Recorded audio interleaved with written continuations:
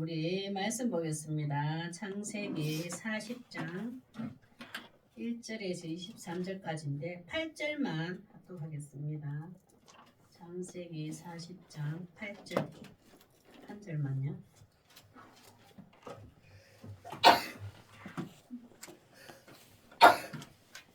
창세기 40장 8절 시작. 그들이 그에게 이르되 우리가 꿈을 꾸었으나 이를 해석할 자가 없도다. 요셉이 그들에게 이르되 해석은 하나님께 있지 아니하니까 청하건대 내게 이르소서. 아멘. 오늘 말씀의 제목은 감옥에서도 함께 하시는 하나님. 감옥에서도 함께 하시는 하나님.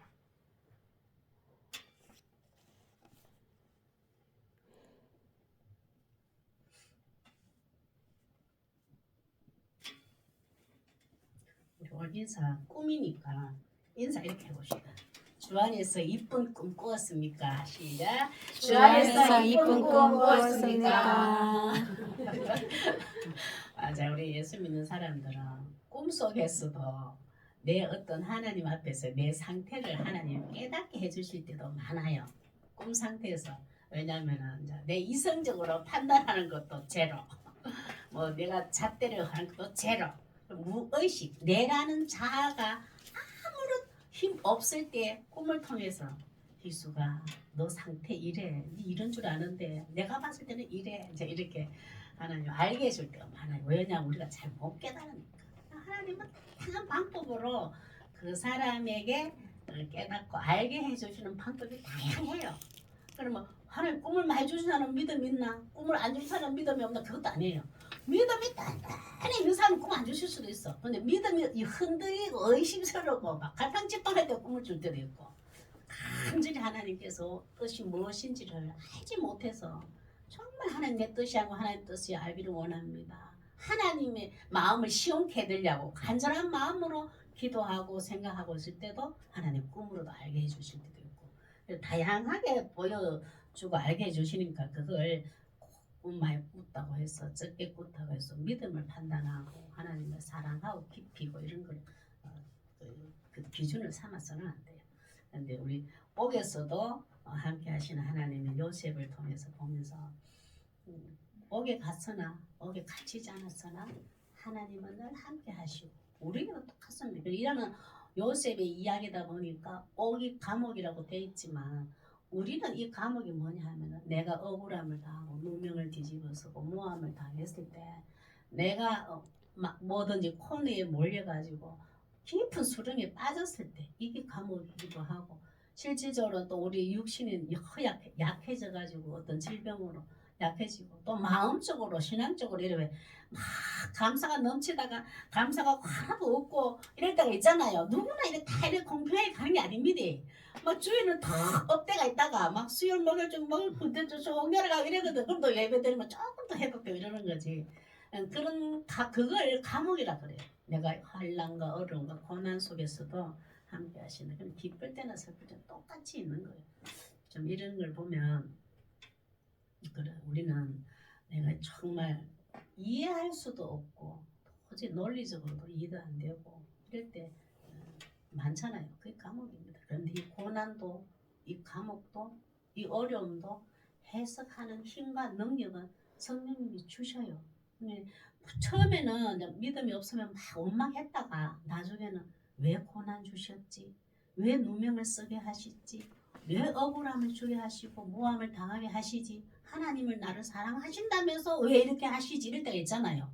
그럴 때는 그걸 통해서 하나님이 왜 이렇게 고난을 주셨는가를 알고자 매달려 보세요.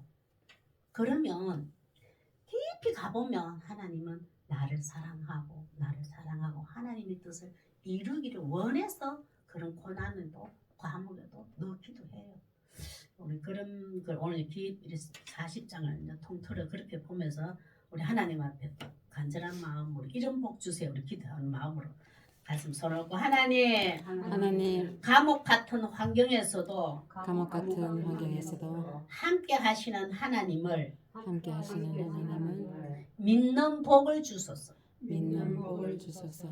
그게 복이에요. 우리 하나님 자녀로서 하나님 자녀로서의 복은 하나님 내가 감옥 속에 있든 감옥 밖에 잘 돼가 있든 정말 어떻게 보면은 감옥과 같은 곳에 내가 처해 있던 어떤 환경에서도 하나님이 나와 함께 하고 계심을 내가 믿는 것, 이거 믿고 있는 자는 이미 벌써 복을 받고 출발하는 겁니다. 그게 하나님의 복이에요. 우리 거기 그런 유혹이 왔을 때 자기를 써야 되고 판단해야 됩니다. 자, 감옥에서 함께 하시는 하나님, 첫째는 만날 수 없는 사람을 만나게 되는 하나님의 섭리가 있습니다. 만날 수 없는 사람을 만나게 되는 하나님의 섭리가 있습니다. 감옥에서도 함께 하시는 하나님, 첫째 보면 우리는 꼭 만나고 싶어도 만날 수 없는 사람들이 있잖아요. 저 같은 경우는 시골이고 작고 교회도 작다 보니까 큰 교회 목사님을 만날 수도 없고 뭐 그렇다고 뭐 지기가 뭐 괜찮은 데 있는 게 아니라 하다 보니까 경주 시장님을 1대1로 만나볼 수는 없고 이제 이래 근처에 업에 무슨 행사 있으면 다 악수하고 인사하거든요. 그때나 인사하지 개인적으로 만나면 어떻게 되겠어요? 뭐 아무것도 없잖아요. 그냥 우리가 꼭 만나고 싶은 분이 있어. 근데 그분을 직접적으로 만나기 정말 어려운 사람 많잖아요. 그런데 요셉도 마찬가지요. 팔려왔기 때문에 하나의 돈으로 산 종이고 노예입니다. 노예가 감히 바로 왕의 척근에 있는 사람을 만난다는 것은 엄청 어려운 거예요. 그 바로 왕의 최측근 두 사람이 이제 감이 오면서 만나잖아요. 참 이런 거는 하나님의 섭리가 있어요. 우리가 정말 내가 생각지도 우리 여기서 언젠가는 뭐 크면서 나도 경주 시집을 가서 포항분과 대구분과 울산분을 저 멀리 안성에 있는 분을 내가 만날 거라고 생각했어요. 정말 만날 수 없는 사람을 만났잖아요. 자, 우리 그런 하나님의 섭리가 있는 거예요. 인도하심이 있다는 걸 요셉이 여기서도 요셉의 삶을 통해서도 우리도 이렇게 접목시켜서 그대로 성령이 이끌어 가죠. 요셉의 인생처럼. 1절에서 8절 한번 읽겠습니다. 시작. 그 후에 애굽 왕의 술 맡은 자와 떡 굽는 자가 그들의 주인 애굽 왕에게 범죄한지라. 요셉이 이제 감옥에 투옥된 후 2년이 지났는데 그 2년 지났더니 바로 왕 앞에 범죄한 술 맡은 자와 떡 굽는 자 최측근에 술 맡은 자와 떡 굽는 자는 어떤 음식 우리와 사극에 보면 뭐 그 약술이나 뭐 마시는 거나 항상 들어갔다 한 잔 보고 왜 그 맡은 자가 항상 그 은수저를 넣어가 독이 들어가가 있나 안 들어가나 확인하고 임금상에 올라가잖아요. 그것처럼 또 떡 만진다 이거 모든 음식 종류거든요. 식사 종류잖아. 그거 전부 다 독이 있나 없나를 검증하여서 임금 앞에 가져가. 근데 최측근에 임금의 그 왕의 바로 왕의 목숨을 완전히 책임지고 있는 최측근의 사람들이 이 요셉이 있는 감옥에 들어온 거예요. 근데 그 죄명은 무엇 때문에 무슨 죄명인지 그 죄에 대해서는 전혀 안 나와요. 보면은 범죄 내용은 안 나와. 그러나 하나님은 여기서는 뭐 요셉과 만날 수 없는 바로 왕의 최측급의 고위 간부들을 감옥에서 만나는 게 하나님은 초점을 줘요. 한번 보세요. 2절요. 시작. 바로가 그 두 관원장 곧 술 맡은 관원장과 떡 굽는 관장에 노하여 3절요. 시작. 그들을 진위대장의 집안에 있는 옥에 가두니 곧 요셉이 갇힌 곳이라. 참 이건 우연히가 아니라고요. 하나님의 큰 그림 속에 하나님의 섭리하에 감옥에 먼저 2년 동안 요셉이 감옥에 가가 있고 그 바로 왕의 최측근 두 사람이 그 바로가 요셉이 있는 감옥에 쑥 들어가. 이걸 보면은 하나님이 인도하심과 하나님이 만들어가요. 만남을. 우리도 인위적으로 내가 저 사람을 만나겠다 아무리 애써봐야 만날 수 있는 것도 만나지도 못해. 근데 내 저 사람하고 끝까지 막 안 가고 싶어. 헤어지고 싶어. 그게 마음대로 헤어지던가요? 만남이 이렇게 마음을 노력해도 만남이 되던가요? 하나님 우리가 만나고 헤어지면 하나님의 우연이 아니고 하나님의 섭리 속에 있어요. 근데 우리 인생의 여정 가다가 평생 같이 갈 줄 알았는데 헤어지더라도 너무 거기에 막 집착이 하나님 왜 이러실까 왜 이러실까 나쁜 쪽으로 생각해서 하나님이 내 인생 예전에 이 사람 요까지 만나게 하셨구나. 이때쯤 서로에게 유익하기 위해서 헤어짐을 주셨구나. 또 그저 안 만나고 싶어. 저 사람 같이 신앙생활도 안 하고 싶고 뭐 어떻게 안 하고 싶어. 그런데 하나님 끈질기게 붙여놨어. 그러면 하나님이 좀 헤어졌을 수도 마음 성질나 그럴 수도 있잖아요. 그래도 하나님이 섭리가 있고 인도하심이 있어요. 그걸 받아들이세요. 받아들이고 하나님이 만남을 주셨구나라고 생각하면은 만남도 껄끄러운 만남도 나중에 좋아지는 만남이 돼요. 해석이 되니까. 4절 한번 읽어보겠습니다. 시작. 친히 대장이 요셉에게 그들을 수동들게 하며 요셉이 그들을 섬겼더라. 그들이 갇힌 지 여러 날이라. 지금 한번 보세요. 거꾸로 돼가지고 바로 왕의 채찍꾼 고위 간부 두 사람이 들어왔는데 감옥에 딱 들어오는 순간 이제는 요셉이 갑입니다. 보디발이 뭘 하냐면 이 두 바로 왕의 채찍꾼 둘이를 요셉이 관리해라고 딱 주문이 들어온 거예요. 그 요셉이 관리를 해요. 이 채찍꾼 사람들 거기서 만남이 이루어지고 요셉이 갑이 되어서 관리를 하는 자 됐습니다. 보면은 여기는 보디발도 봤을 때 아무리 내 아내하고 이런 모함 속에 아내를 믿지를 못하니까 그렇게 했다 할지라도 그동안 봤을 때의 요셉의 신뢰 믿을 만한 자였거든요. 그리고 왕의 채측 왕의 생명을 모든 관리하고 있는 두 사람을 요셉에게 맡겼다는 것은 아직까지도 요셉은 감옥에 보냈지만 보디발은 요셉을 신뢰하고 있다는 증거예요. 아무도 안 맡기고 요셉이 이제 맡깁니다. 참 이때부터 하나님이 또 시작하시는 게 꿈이에요. 5절요. 시작. 옥에 갇힌 애고방에 술 맡은 자와 떡 굽는 자 두 사람이 하룻밤에 꿈을 꾸니 각기 그 내용이 다르더라. 꿈의 주체는 하나님이에요. 우리가 자면서 오늘 저녁에 꿈 안 꿀 거야. 싹 안 꾸고 오늘 저녁에 꿈을 주시옵소서 꿈 주고 안 그래요. 하나님이 이 자에게 어떤 꿈을 줘서 어떤 하나님의 계시가 있고 하나님의 마음을 알아가고 삶을 어떻게 이끌어 가실 때 하나님이 필요하셔서 원하셔서 꿈을 줘요. 근데 하나님은 이 사람 두 사람에게 꿈을 준 이유는 이 사람들은 결국 나중에 나오지만 3년 뒤에 어떤 판결이 나요. 근데 꿈을 줬다고 판결이 나고 꿈을 안 줘서 판결이 안 나도 아니에요. 꿈 주고 안 주고 이 사람 상관없어. 근데 하나님은 요셉 때문에 이 사람들에게 꿈을 줘요. 보면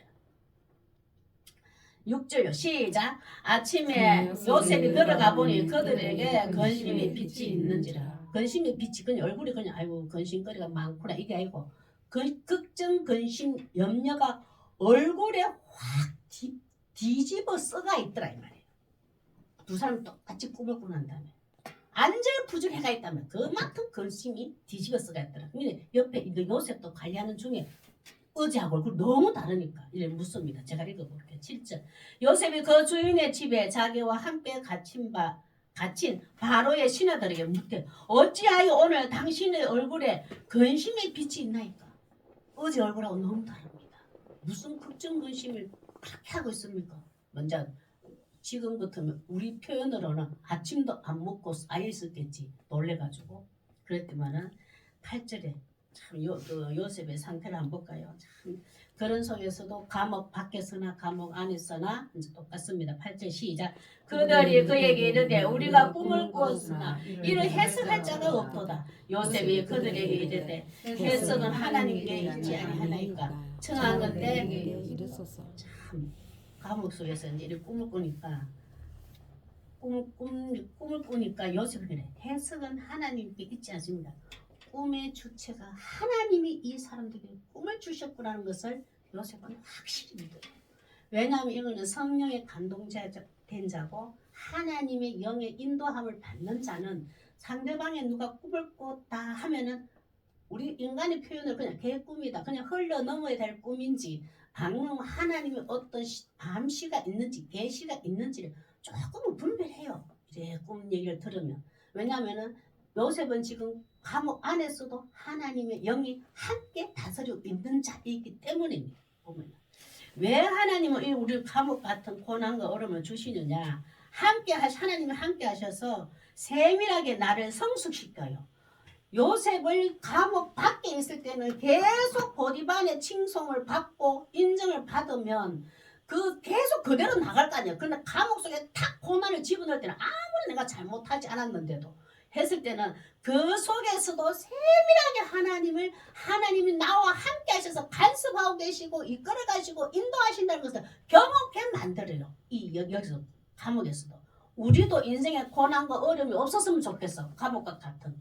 그러나 그 감옥과 같은 고난과 어려움을 통해서 철저하게 여기서도 나와 함께 하시는 하나님을 경험케 하고 나를 성숙하게 만들기 위해서 그 고난을 주신 거예요. 하나님이 우리를 미워서 주는 게 절대 아닙니다.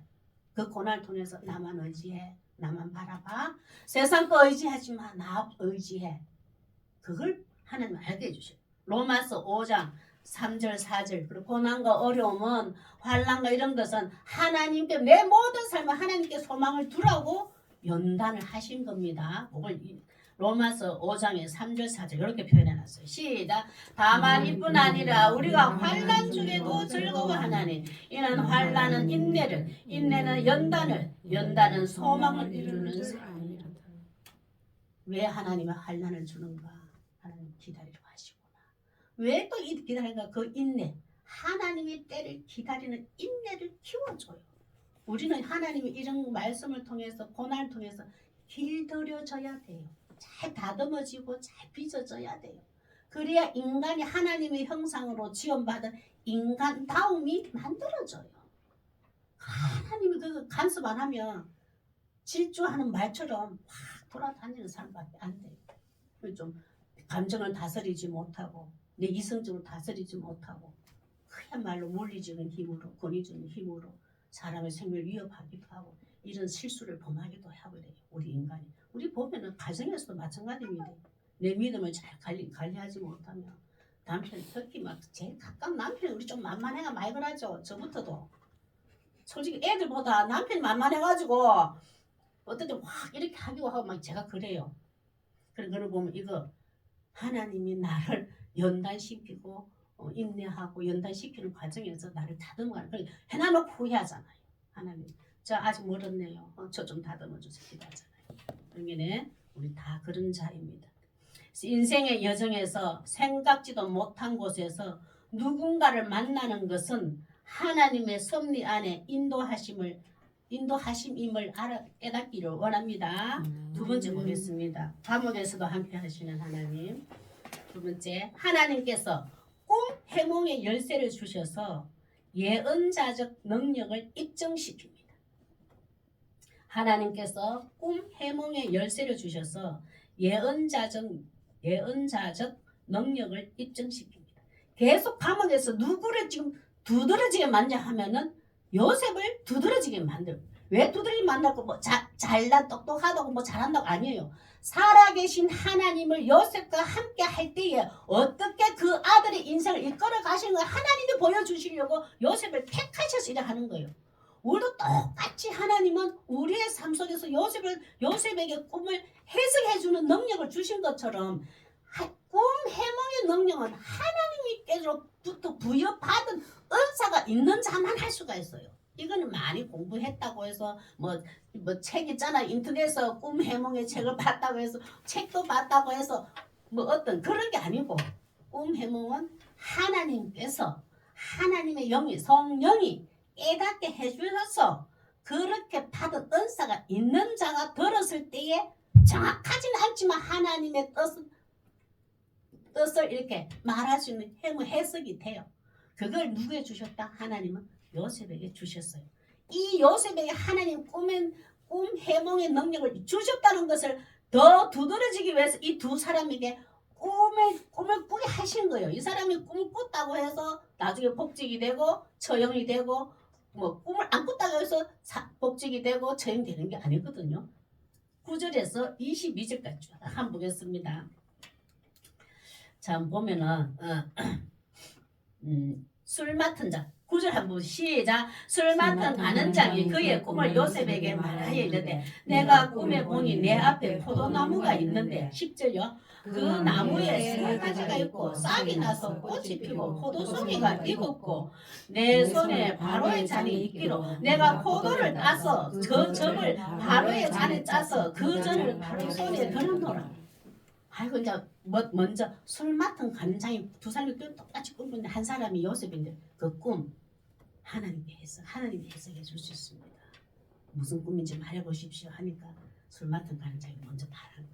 그리고 포도 농사를 지었는데 그 포도나무 세 가지가 있고 그 가지에 또 싹이 나서 꽃이 피었는데 포도송이에 주렁주렁하고 그걸 잘 익었길래 내가 즙을 짜서 포도즙 맛있게 해가지고 임금 앞에 대접을 했습니다.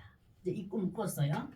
참 꾸고 나니까 12절에 자 바로 가만히 있어 보십시오. 내가 며칠 동안 금식하여서 하나님께 여쭤보고 말하겠습니다. 소리 안 해요. 바로 즉각적으로 성령의 감동을 받고 있고 성령의 인도함을 받고 있는 요셉이 바로 얘기합니다.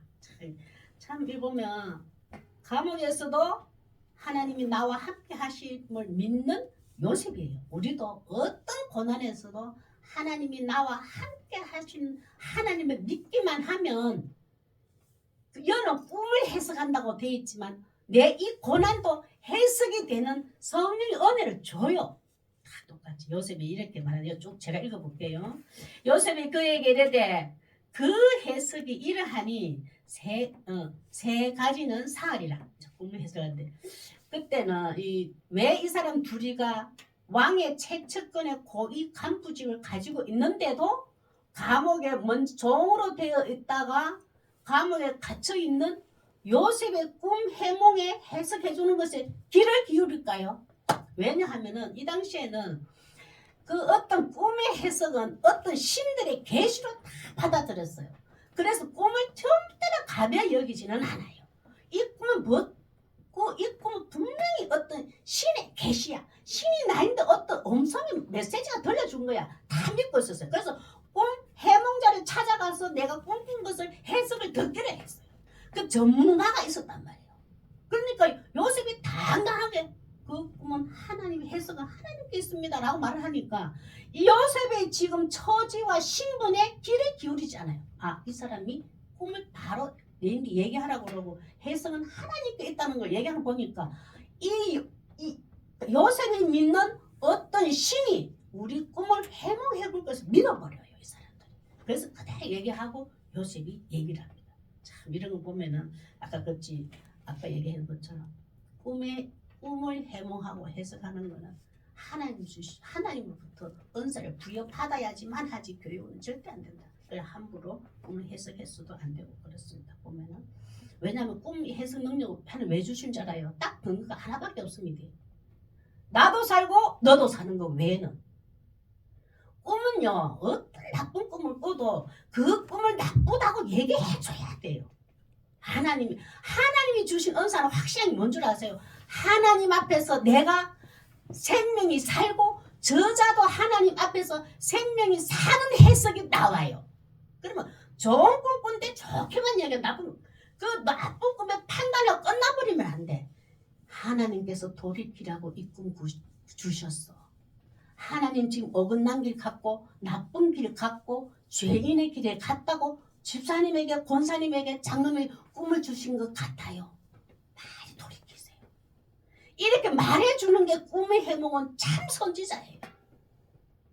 근데 나는 네 꿈보다 네가 꿈꾼 거 다 해석할 수 있는 자야. 네보다 내가 낫지? 그럼 끝나버리면 안 돼. 이거는 위에 보면 거짓 선지자예요. 예언자예요. 참 예언자는 그 아픈 꿈을 꿔도 기도합니다. 하나님 저 꿈을 바로 해석이 되고 바로 깨달아서 자존심 상하고 엉뚱한데 해석되지 깊이 빠지지 않고 하나님은 나 사랑해서 긍휼해서 나를 돌이키시구나. 하나님 경고장 주셔서 감사합니다. 깨닫게 해주세요. 그렇게 돼요. 그거는 너도 살고 나도 사는 거예요. 자, 해석은 그렇게 해요. 요셉도 이 사람들 살리고 사는 겁니다. 그러나 때는 이 해석을 해줘요. 그 세 가지는 포도나무에 가지가 세 개 있는 거는 사흘입니다. 사흘 뒤에 제가 13절은 제가 읽어볼게요. 지금부터 사흘 안에 바로 왕이 당신의 머리를 들고, 당신의 머리를 든다는 것은 이렇게 드는 건데 뭐냐면 지금 이렇게 하고 있으니까 표현을 이렇게 숙여져 있잖아요. 거기에 든다는 것은 복직될 것입니다.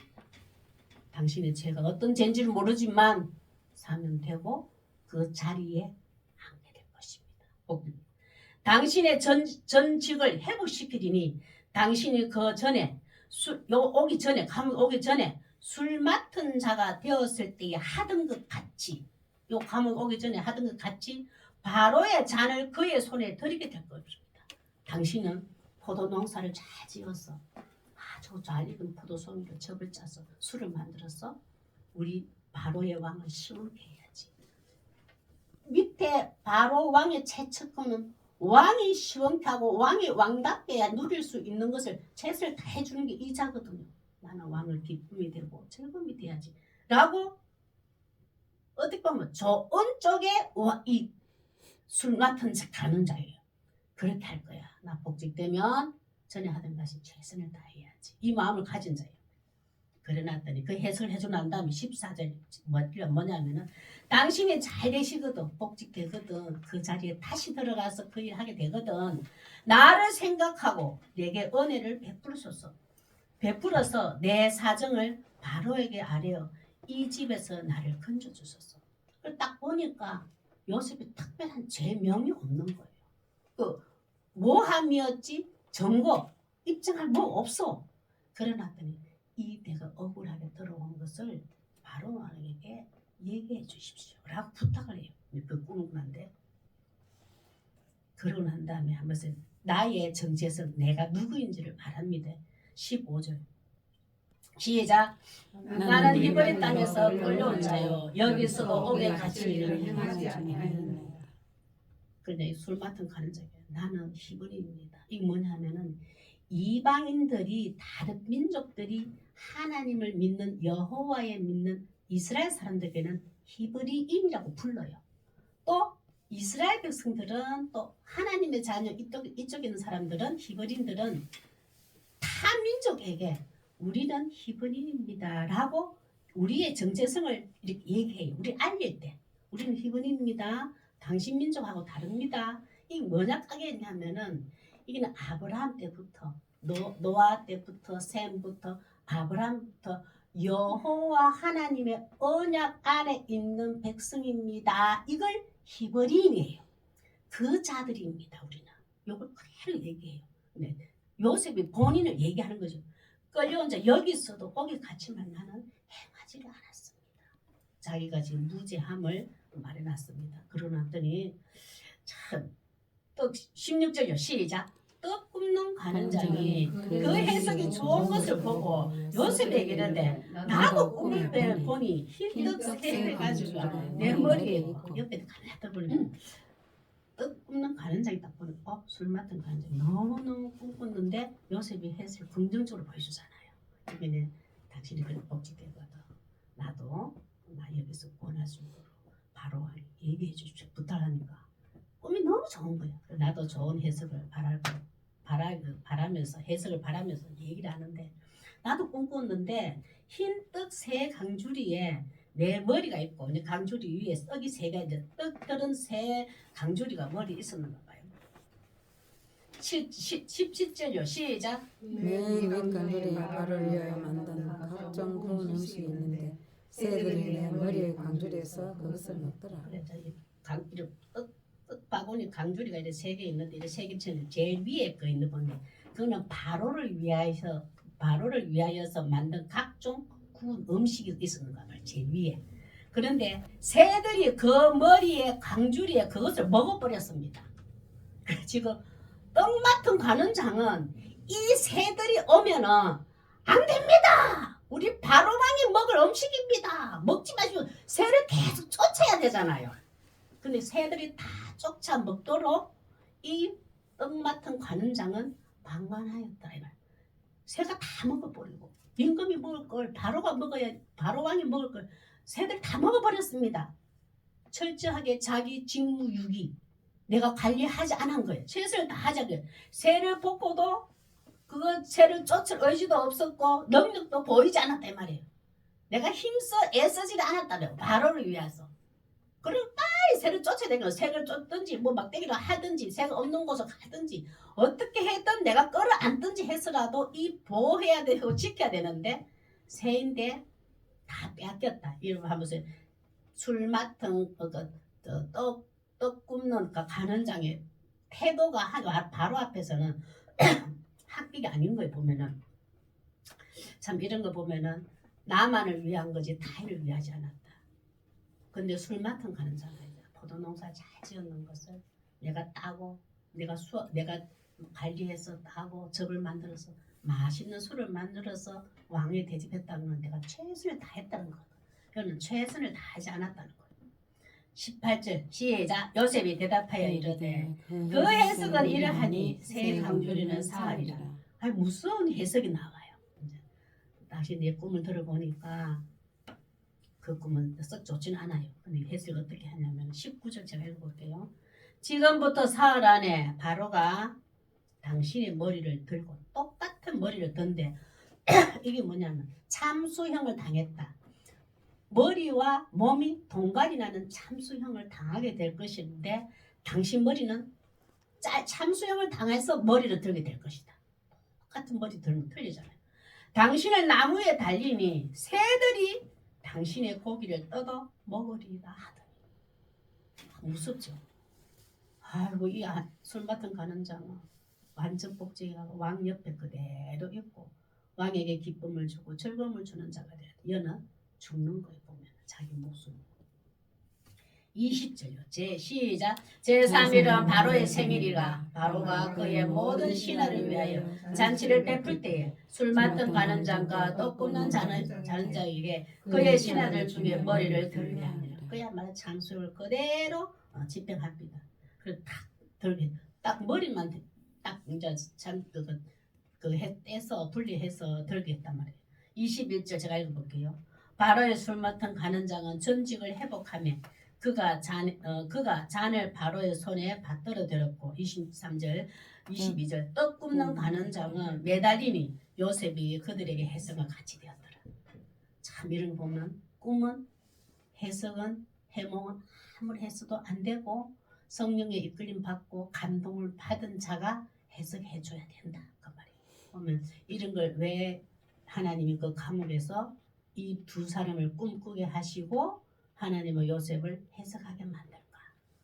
감옥에서 나올 기회가 주어지는 거예요. 이 꿈 해몽 때문에 결국은 꿈을 잘 꾸어서 뭐 잘 풀리고 이게 아닙니다. 하나님은 꿈 해몽의 예언적 능력을 줘서 그 감옥에서 다시 그 바로 왕 앞에 보디바르 앞에 국무총리가 되는 자리까지 갈 수 있는 길에 여기서부터 하나님이 시작되고 있다는 거예요. 그리고 어떤 감옥과 같은 환경이 있어도 하나님은 반드시 내가 하나님 계획대로 인생이 놓여져 있다는 걸 아시고 기다리면 돼요. 요셉은 여기서 기다립니다. 이렇게 해놨으니까 하나님이 저 사람을 통하여서 나를 구해줄 거야 라고 기다리고 있는 거예요. 그런데 이 하나님이 여기 감동되지도 않고 인도함을 받지도 않는 거짓 예언자를 주의해야 되는데 미가서 이런 게 있어요.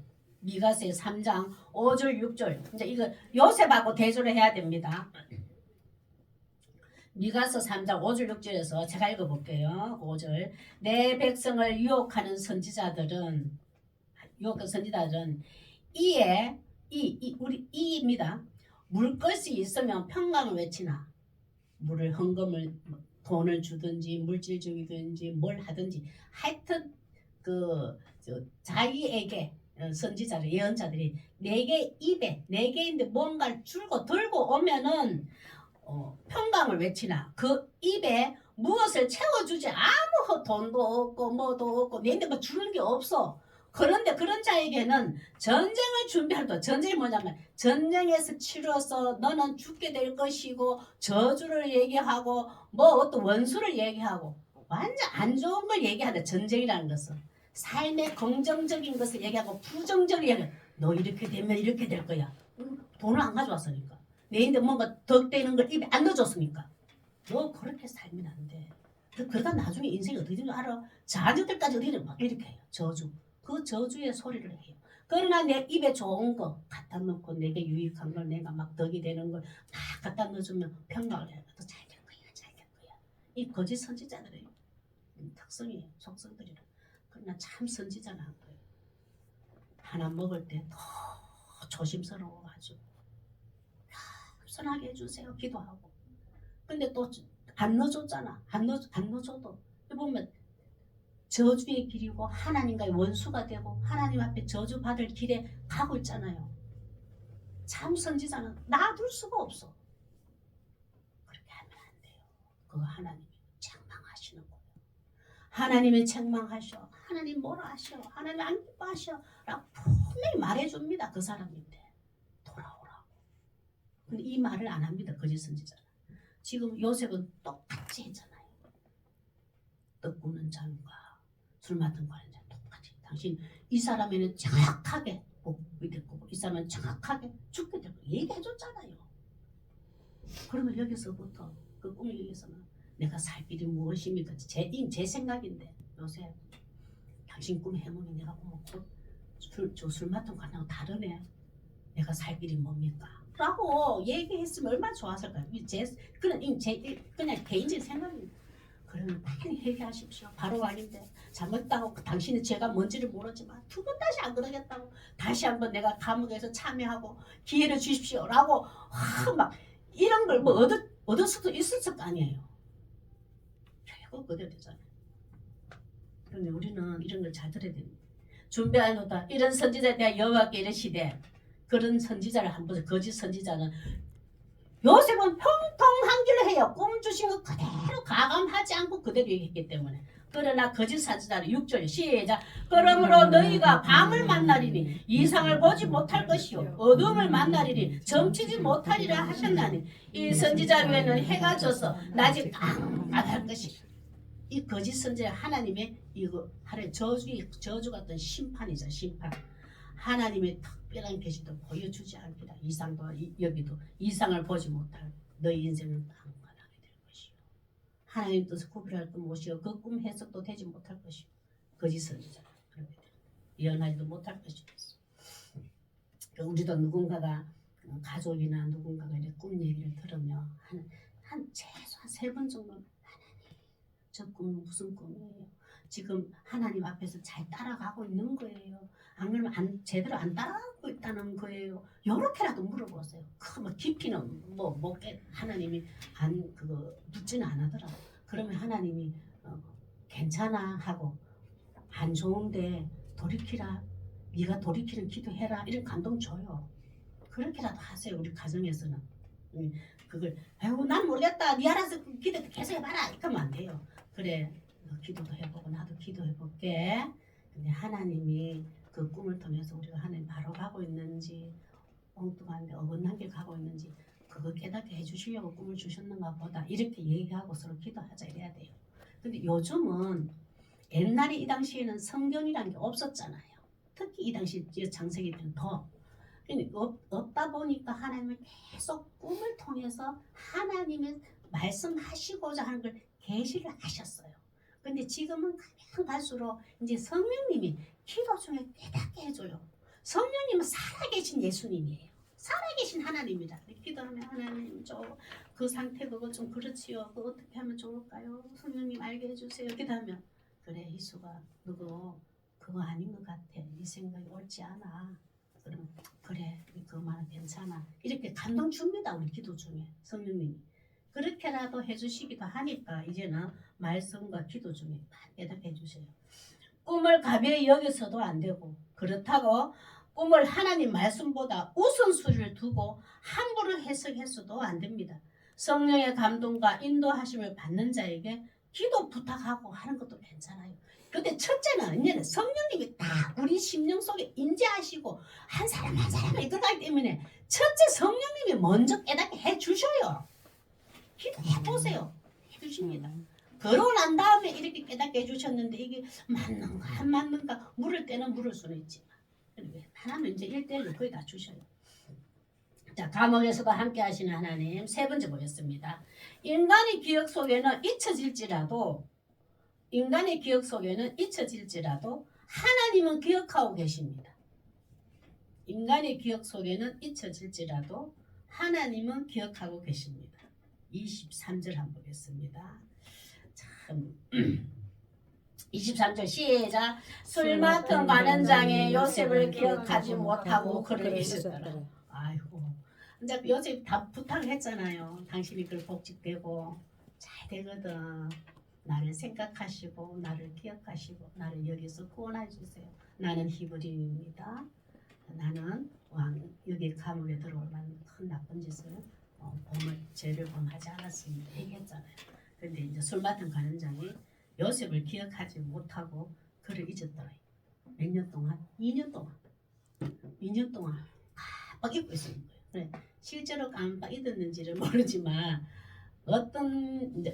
주로 왜 2년 동안 왜 또 가볍게 여기고 잊어버릴 수도 있냐 하면은 내가 왕의 최측근의 고위 간부직인데 내가 2년 동안 감옥에 갇힌 것이 부끄럽고 수치스러워서 덜 주워내기 싫은 거예요. 바로 왕이요. 내가 그때 감옥에 있을 때 이런 꿈을 꿨는데 나하고 옆에 있는 두 사람 꿈을 꿨는데 이래가지고 한 사람이 꿈을 해서요. 나 이렇게 복직됐습니다. 그분을 어떻게 생각해 보십시오. 바로 얘기했으면 좋을 텐데 이게 수치스러운 거예요. 왕 앞에서도 그렇지만 내 밑에 있는 부하들에게도 수치워서 가리고 싶어서 말 안 해서 잊어버려요. 이 사람들. 근데 요셉이 얼마나 기다려요. 나 잊지 마라 했는데 저 사람은 잊어버렸는가. 그러나 나중에 1년이 가도 2년이 가도 저 사람 소식이 없는 거예요. 완전 포기를 합니다. 2년 동안.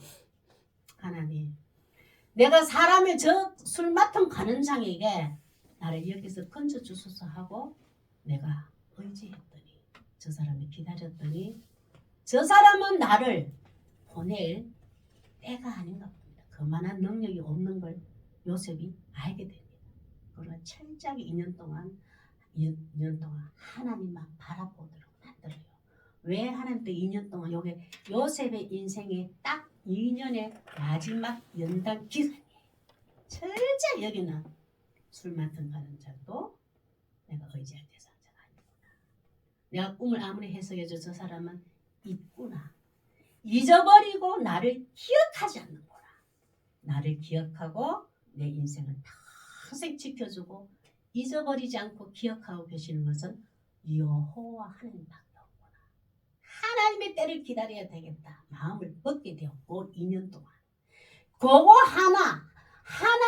인간은 나를 기억하지 않고 잊어버린다 할지라도 하나님은 나를 생각하시고 평생 기억하고 계실 분이라는 것을 철저하게 알게 될 때까지 2년을 남겨둬요. 참 우리 인생도 마찬가지입니다. 내가 이 바라는 대로 풀리지 않고 순탄한 길이 열어지지 않을 때 하나님의 다 어떤 계획이 있어요. 하나님의 정말 큰 계획, 큰 원대한 구원의 계획이 다 계획대가 있기 때문에 내 연단이라는 걸 줘요. 그것도 참 그러고 보면은 왜 기억하지 못하게 하고 잊혀지게 했을까? 하나님만을 온전히 의지하기 위해서 한번 보겠습니다. 참 이런 거 보면 요셉이 2년 동안 이어서 우리 요셉이 2년 동안 포기한 것도 있지만 우리 인생에도 포기해야 돼요. 이거 보면 그 형들도 그랬잖아요. 형들도 꿈에 내가 보냈습니다. 형들도 왜 꿈에서 그래 했지만 나를 팔아먹잖아요. 그러면 형들도 나를 찾아올 수도 있잖아요. 나중에 언젠가는 그것도 부모도 형제도 나를 구원해 주었구나. 꿈을 아무리 해석을 잘 돼도 저 사람은 나를 잊어버리고 형들도 나를 가족도 잊어버리고 이사도 잊어버리는구나. 철저하게 나를 기억하고 생각하고 잊혀지지 않는 분은 여호와 하나님인 것을 우리도 똑같이 믿어야 돼요. 똑같이. 한번 보겠습니다. 시편에 이런 말씀이 있어요. 감옥과 같은 어려움, 고난, 혼란이 왔을 때 우리 성도의 기도는 어떻게 되는가? 시편 27편 9절에서 10절 시작. 주의 얼굴을 내게서 숨기지 마시고 주의 정을 놓아여 버리지 마소서. 주는 나의 도움이 되셨나이다. 나의 구원의 하나님이시여 나를 버리지 마시고 떠나지 마시고. 왜냐하면 지금까지도 나를 지켜주고 보호해 주시고 함께해 주시지 않습니까? 우리 어려움이 과목과 같은 어려움이 오면 지금까지도 나와 함께하여 주시지 않았습니까? 지켜 보호해 주시지 않습니까? 지금 이 시간도 미래에도 나와 함께해 주십시오. 이 기도를 하면 돼요. 10절요. 시작. 내 부모는 나를 버렸으나 여호와는 나를 영접하시리라. 여기서 내 부모는 나를 버렸다 이거는 끝까지 나를 지켜주지 못합니다 이 말이에요. 부모는 내가 살아있을 때 나를 조금으로 방패막으로 나를 지켜주고 보호해주는 뿐이지 내 인생을 최대한 다 끝까지 세밀하게 영원토록 보호 같이 함께 해주나요? 여기서 말을 버렸다 이 버렸 뭐 이렇게 버린 게 다시 말을 안 들으니까 네 내가 아니야 이렇게 버린 게 아니고 나를 지켜주고 보호해줄 기간이 안 된다는 거예요. 나를 떠났으나 영원히 함께 할 수 없는 분이나 여호와 하나님은 나와 평생 영원히 함께 해줄 분이다. 나를 기억하고 나를 잊어버리지 않고 함께 해줄 분이라는 것을 기도하시면 돼요. 한번 보세요. 또 이사야서 49장 14절에 17절도 보면 하나님이 뭐냐 나 너 버리지 않았어. 나 너 잊지 않았어. 이렇게 보면 하나님의 언약을 믿으라고 하시는데 하나님 이사야서 49장 14절 17절 제가 14절 읽어볼게요. 오직 시온이 이런 거 여기서 시온이라는 것은 하나님의 택함 받은 구원받은 자입니다. 성도들이 이러기를 우리입니다. 우리가 여호와께 이러기를 여호와께서 나를 버렸었습니까? 나를 잊어버렸습니까? 이 말이에요. 나를 생각이나 하고 있습니까? 막 감옥과 같은 어려움이 있어보고 고난이 있어보고 그렇게 하잖아요. 여호와께서 나를 버리시며 주께서 나를 잊으셨습니까? 그러잖아요. 아니 막 그런 게 하잖아요. 하나님 눈 까지 마세요. 눈 떠가지고 내 밤낮을 지켜주세요. 내 억울함 하시잖아요. 막 이래 하잖아요. 막 하나님 눈 감지 말라고 막 하잖아요. 막 그럴 때 있잖아요. 근데 그렇게 할 때 하나님이 15절 같이 아니야. 나 너 안 잊어버렸어. 나 너 생각하고 있지 않는 게 아니야. 너 기억하고 있어. 그게 15절인데 제가 읽어볼게요. 여인이 예를 들어서 그렇게 말을 하는 거예요. 하나님이 이제 우리 그렇게 기도할 때에 여인이 어찌 그 젖 먹는 자식을 잊겠느냐. 내가 엄마인데 네가 나의 젖을 먹고 사는데 내가 어찌 네가 울고 있는데 젖을 안 먹겠냐. 그 하나님이 자기 태에서 난 아들을 긍휼히 여기지 않겠냐. 다 긍휼히 여기잖아요. 우리 여기 다 애 낳아봐 알잖아요. 막 태어났을 때 얼마나 좋아가지고 아이고 막 배속에 있을 때 꿈틀거리도 좋고 막 나올 더 좋고 세상을 다 가진 것 같잖아요. 그 색방살이에 그 큰 방 작은 방 연탄 난로 있는 주방에 살 때 막 우리 그래서 밖에 얼마나 추운지 우풍이 너무 세가지고 물을 얼어놔놓으니까 살얼음이 얼어 거실에 그 방에 밑에 뜨끈뜨끈해도 그래도 그 뜨끈한 찬공기가 갈까봐 이불에 얼마만큼 해가지고 알을 눕히 놔놓고 우리는 코가 빨갛고 그 얼마나 그래 키웠단 말이에요 우리가. 그래도 이 얼음도 이 추위도 애들 보는 순간부터는 그 추위가 안 느껴지잖아요. 이 애가 추울까봐 했지. 내 추위 코 시린 걸 그거 다 내 코 시린 죽겠어 이 소리 안 했잖아요. 애 때문에 그걸 다 넣는가 이게잖아요. 하나님 그 마음이라. 내가 자기 태에서 난 아들 긍휼히 않겠는데 얼마나 이쁘자 이거야. 그들은 혹시 이럴지라도 그러나 아까 그거 똑같아요. 그러다 그 부모는 육신의 부모는 함께 잊지 못하고 끝까지 먼저 간다 그래요. 혹 잊을지라도 나는 여호와 하나님 나는 너를 잊지 아니할 것이라. 영원토록 네가 감옥 밖에 잘 돼가 있던 감옥 속에 있던 끔끔한 데 있던 어느 곳에 있던 어떤 환경에서 나는 너를 잊지 아니할 것이다. 16절 제가 표현해 볼게요. 내가 하나님이잖아요. 하나님이 우리를 하나님 손바닥에 이름을 새겨 태어나는 이 뱃속에서부터 형질이 이르기 전부터 나를 김희수라는 이름을 딱 새겨놨단 말이에요. 김신이 어른이 이름을 지어준 거지만 네 생명은 내가 기록해놨고 너의 성벽이 항상 내 앞에 있다. 너를 지키고 인생의 여정에서 너를 지키고 살아갈 힘, 성벽 보호막이잖아요. 백이라잖아. 든든한 백. 나의 힘의 근원이 되는 거 성벽인데 내가 너가 인생에 태어날 때부터 내가 부른 그날까지 너를 철저하게 지키고 보호해주는 건 나야 이 말이에요. 부모는 낳은 부모는 때가 돼서 가지마. 내가 그래서 내가 어찌 있겠느냐. 내가 만들었는데 내가 너를 어찌 생각하지 않겠느냐. 내가 너를 어떻게 잊을 수가 있느냐. 그 말을 해요. 내가 이름 지었으니까 내가 책임질 자야. 17절 그러나 제가 읽어볼게요. 내 자녀들은 빨리 걸으며 너를 헐며 너를 황폐하는 자들은 너를 떠나가리라. 여기서는 조금 예루살렘에게 하는 말이지만 우리에게는 자녀들은 빨리 먼저 해봐야 다 회복시켜주리라. 자녀들이 빨리 달리되고 뭐냐면 너 가정의 모든 너 가정과 너의 삶에 자녀들이 빨리 하면 회복이란다.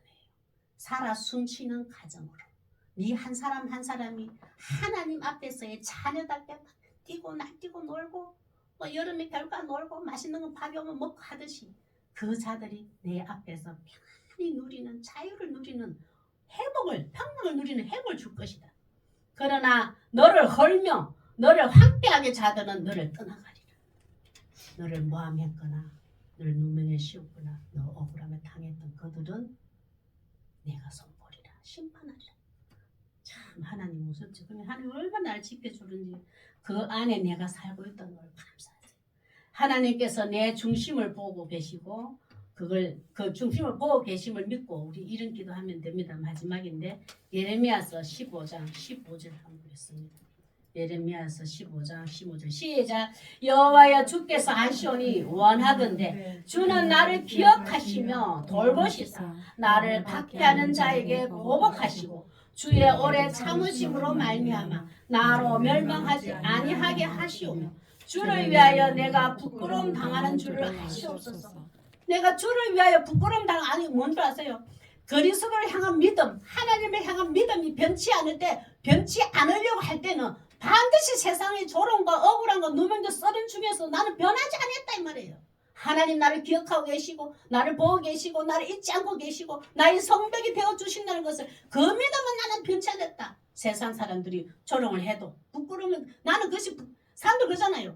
아이고 그렇게 예수 믿어도 뭐가 안 되잖아. 남편도 안 되고 자녀도 못 되고 뭐가 아픈 거 그러면 그거 그만하고 우리 동네는 절에다 사람 많으니까 그 뭐죠 이거 뭘 하는 거 있더래. 절에서 뭐 이름 잘 모르겠는데 뭐 풀떼기라 하던가 뭐 하여튼 뭐 하는 게 있대요. 이거 뭐 한번 해봐라 이런데 그 교회 어설프게 다니면 그 공격이 옵니다. 아이고 교회 다녀도 그거 안 되잖아. 후다다이라 하던가 뭐 하여튼 있던데 그거 한번 해봐라 이러더 그렇게 여기 들어옵니다. 우리 그때 교회 다니다가 시집와 교회 안 다니다가 교회 다닐 때만은 막 식구들이 무슨 막 안 좋은 게 막 일어나는 거예요. 그 시기에 다시 교회 갔더니 그냥 아이고 그 교회 그만 가고 뭐 이래 뭐 하는 있던 것만 제사 지는 거야. 그거 한번 해봐라. 그 집에 풍란이 좀 잠잠해지지 이러더라고. 근데 여기서 나는 세상에 나를 부끄러움을 날 주고 수치를 주고 부끄러운 소리 든다 하지라 나는 그리스도를 향한 믿음을 변치 않겠습니다. 이 고백을 했단 말이에요. 왜냐하면 하나님 나를 기억하고 돌보고 계시고 나를 오래 참고 나를 멸망길로 인도하지 않는 걸 분명히 알기 때문에 21절 하나님의 응답입니다. 시작. 내가 너를 악한 자의 손에서 건지며 무서운 자의 손에서 구원하리라. 여기 이 15절 기도하면 21절의 기도가 딱 주시다. 너 이 기도하니까 나를 믿고 있구나. 내가 기억하고 있다는 것을 기억하고 있구나. 내가 끝까지 너를 지켜주고 내가 너를 잊지 않고 있다는 것을 너를 알구나. 너가 나를 생각하기만 하면 내가 너를 멸망당하지 않게 할 것도 너가 아는구나. 그래. 내가 너를 악한 자에서 건지고 무서운 자의 손을 구원하리라. 하나님이 인격적입니다. 내가 어떤 기도하냐에 따라서 하나님도 부르셔요. 구원은 일방적이지만은 구원 받고 난 후에 하나님의 법은 서로 교환입니다. 교제입니다. 인격적이라고. 옆에 앉아 계서 예수님, 제가 이랬습니다. 저를 잊지 말아주세요. 저를 끝까지 저는 예수님 믿으며 저 멸망한 길 당하지 않게 해주 믿습니다. 세상에 부끄러움을 당해도 나는 예수님을 믿으면 예수님 나를 구원해 줄 것을 믿습니다. 예수님 나 믿습니다. 그래 알았어. 이거 내 구해줄게. 끝까지 구해줄게. 그렇게 약속하시는 거예요. 지금이 지금이 감옥 갇혀 있는 듯한 환경일지라도 나를 기억하고 계시는 하나님을 기억하시길 바랍니다. 우리 기도 드리겠습니다.